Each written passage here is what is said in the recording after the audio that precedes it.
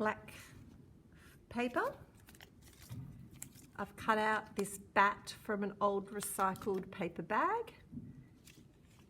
I'm going to blue tack it down,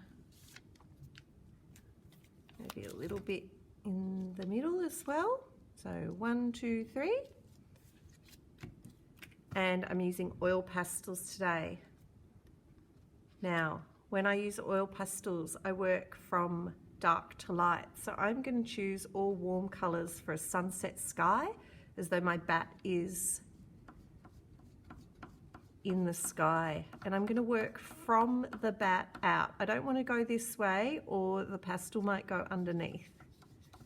So not this. Go right around.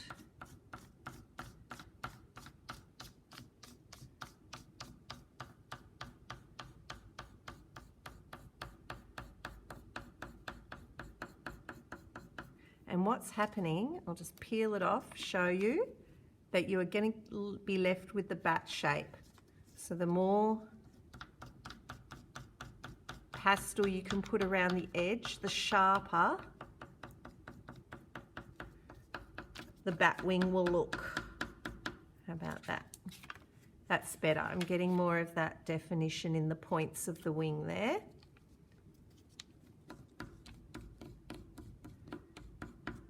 All the way around.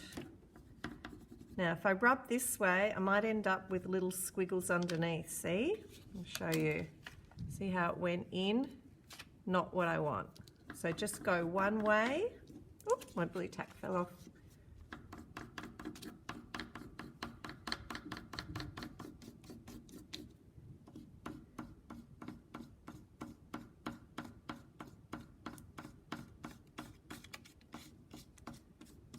Might need to hold it down. See how I'm holding down the paper with my other hand.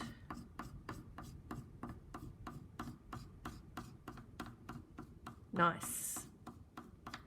Now I want to be a little bit careful with my bat because I want to make sure that I can use that stencil again. So now I'm going to go in with orange. I'm going to do a layer of orange. Going around. So if you think about the rainbow colours, red, orange, what comes after that in the rainbow in Roy G. Biv? Red, orange. Did you guess yellow? I'm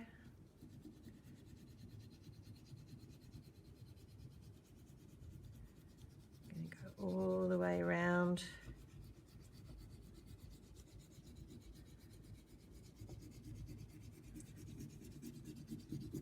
With the yellow. Then I'm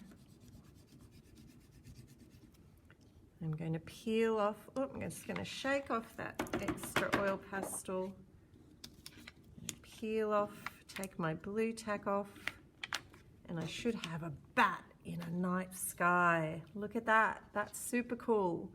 Now what I can do is use a white or the light yellow, and I can start blending those colours a little bit. So if you want to give it a kind of a blended look, you can choose a highlight colour to go around, or you might want to put some interesting stars in the background, or you might want to keep going with other colours. So it's up to you how you want to experiment. But that's how you start with the stencil.